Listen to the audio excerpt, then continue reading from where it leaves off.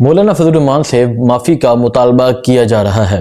اور پھر مولانا فضل الرحمان نے ایک ٹویٹر پہ جو پہلا ٹرینڈ چلایا وہ ہے معافی مائی فٹ، اور وہ رو رہے تھے اور وہ کہہ رہے تھے کہ میری دعا ہے کہ مجھے شہادت نصیب ہو۔ میں کہتا ہوں آمین، میری بھی دعا ہے کہ اللہ آپ کو شہادت جو ہے وہ نصیب کرے۔ تو اس دن کا انتظار کر رہا ہوں جس دن آپ مولانا فضل الرحمان کو گرفتار کریں گے، جس دن آپ مولانا فضل الرحمان کو گرفتار کر کے عدالت میں پیش کریں گے، فزیکل ریمانڈ لیں گے، اس کے بعد آپ کسی جیل میں شفٹ کریں گے۔ مولانا فضل الرحمان سے معافی کا مطالبہ کیا جا رہا ہے۔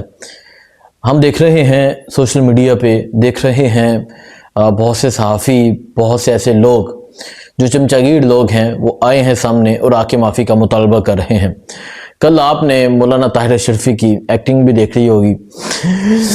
میں تو یقین کریں کہ میں وہ ایکٹ بھی نہیں کر سکتا، میں چاہ کے بھی وہ نہیں کر سکتا جو وہ مولانا طاہر اشرفی کر رہے تھے، اور وہ رو رہے تھے اور وہ کہہ رہے تھے کہ میری دعا ہے کہ مجھے شہادت نصیب ہو۔ میں کہتا ہوں آمین، میری بھی دعا ہے کہ اللہ آپ کو شہادت جو ہے وہ نصیب کرے۔ بڑی ایک اچھی موت ہے۔ پوائنٹ کی طرف آتا ہوں۔ مولانا طاہر اشرفی، مراد علی شاہ، اس کے علاوہ گورنر، اس کے علاوہ فیض الحسن چوہان جیسے گلیز لوگوں کو بٹھایا گیا۔ دیکھیں اگر آپ کا معاملہ یہ تھا تو آپ نے اگر کسی کو بٹھانا تھا کہ وہ مولانا فضل الرحمان سے معافی کا مطالبہ کرے تو وہ بھی ایک وہ کہتے ہیں نا معتبر شخصیت ہونی چاہیے تھی، لیکن آپ نے اس جیسے گندے لوگوں کو بٹھایا کہ وہ معافی کا مطالبہ کریں۔ اور پھر مولانا فضل الرحمان پہ مقدمے درج ہوئے، گوجرانوالا میں ہوا، قصور میں ہوا، پنڈی میں فیض الحسن چوہان کہہ رہے تھے کہ انہوں نے مقدمہ درج کروانا ہے۔ اب میں اس دن کا انتظار کر رہا ہوں جس دن آپ مولانا فضل الرحمان کو گرفتار کریں گے، جس دن آپ مولانا فضل الرحمان کو گرفتار کر کے عدالت میں پیش کریں گے، فزیکل ریمانڈ لیں گے، اس کے بعد آپ کسی جیل میں شفٹ کریں گے۔ اس دن کا میں انتظار کر رہا ہوں۔ مولانا فضل الرحمان کا جو معاملہ ہے، ایک طرف معافی کا مطالبہ کیا جا رہا ہے اور یہ تمام لوگ آ کے کہہ رہے ہیں کہ مولانا فضل الرحمان آ کے معافی مانگے، اور دوسرا جو پہلو ہے وہ میں آپ کے سامنے رکھتا ہوں۔ دوسری طرف اب جو مولانا عبدالغفور حیدری ہے، مولانا فضل الرحمان کے بیٹے ہیں، اس کے علاوہ مولانا فضل الرحمان کے کارکنان ہیں، وہ بھی سامنے آ گئے ہیں۔ مولانا عبدالغفور حیدری نے کہا ہے کہ جو صحافی، جو یہ سیاستدان، جو اسپیشل قسم کے، جو ٹاؤٹ قسم کے سیاستدان ہیں، جو آ کے یہ مطالبہ کریں حقائق کو جانے بغیر، ہم ان سے معافی کا مطالبہ کرتے ہیں۔ اور پھر مولانا فضل الرحمان نے ایک ٹویٹر پہ جو پہلا ٹرینڈ چلایا وہ ہے معافی مائی فٹ، آپ کی معافی ہم اپنے جوتے کی نوک پہ نہیں رکھتے، یہ ایک ٹرینڈ چلایا ہے۔ اس پہ ڈیٹیل میں بات کرتا ہوں۔ دوسرا ہے شہداء کو ڈال نہ بناؤ۔ اب ہم آ کے دیکھ رہے ہیں کہ یہ آ کے رونا رو رہے ہیں شہداء کا۔ دیکھیں جی، شہداء کی قدر کون نہیں کرتا؟ ہم قدر کرتے ہیں شہداء کی۔ شہداء کی قدر کون نہیں کرتا؟ لیکن آپ ان کی آڑ میں آپ یہاں خود سیاست نہ کریں۔